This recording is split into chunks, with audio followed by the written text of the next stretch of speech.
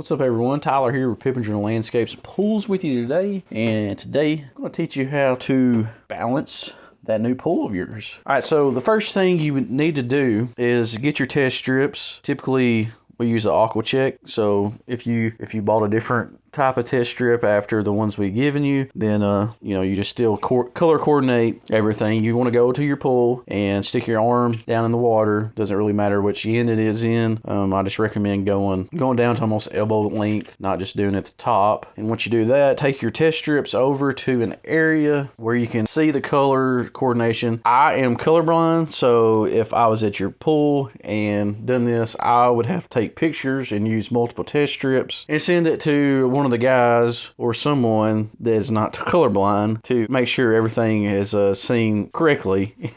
Make sure everything is done correctly. So after you've done that, look at your levels. So the first one might be your hardness on your bottle. I always recommend not adjusting this number. Hopefully it's on the low side or on the okay side. We don't like our hardness or calcium levels to be on the high side because it can cause scaling in fiberglass pools, especially if you have fluctuating pHs.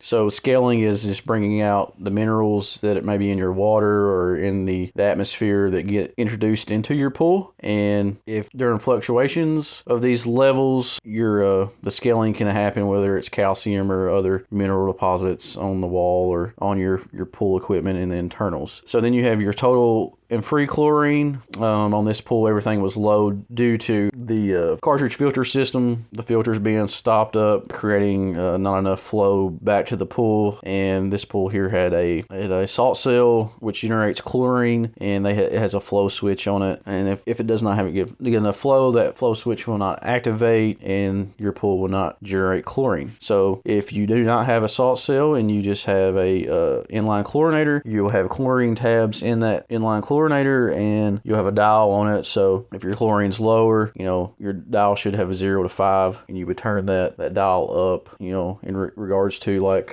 if it rained a lot, or if it came under, like if it say there was a lot of people, you had to get together at your house and there was a lot of people in the pool at one time and it got a lot of traffic. On this pool here, the pH was good. If it was high, which sometimes on a saltwater pool like this, the pH will run higher due to the byproduct of the salt cell, what it produces. So then we would add a muriatic acid or a pH down, which is sold at pool stores. Muriatic acid, if you use it, which we use a lot when we balance, it is kind of harmful to get on your skin. So I would recommend wearing gloves and also mixing it like a quart to a gallon, or a small ratio to where it did splash on you, it wouldn't hurt. Depending on how high your pH is, I also recommend just adding maybe a quart at a time to bring that pH down. Typically, if your pH is up, so your alkalinity will be high, and that'll bring your alkalinity down too. If your pH is low, then you would add alkalinity to raise your pH. Typically, those two kind of go hand in hand together. The majority of the time, your pH will be low. If it's low, then your alkalinity will be low, and vice versa. But your cyanuric acid is what stabilizes your chlorine levels. So it's most of the time it's called stabilizer. This pool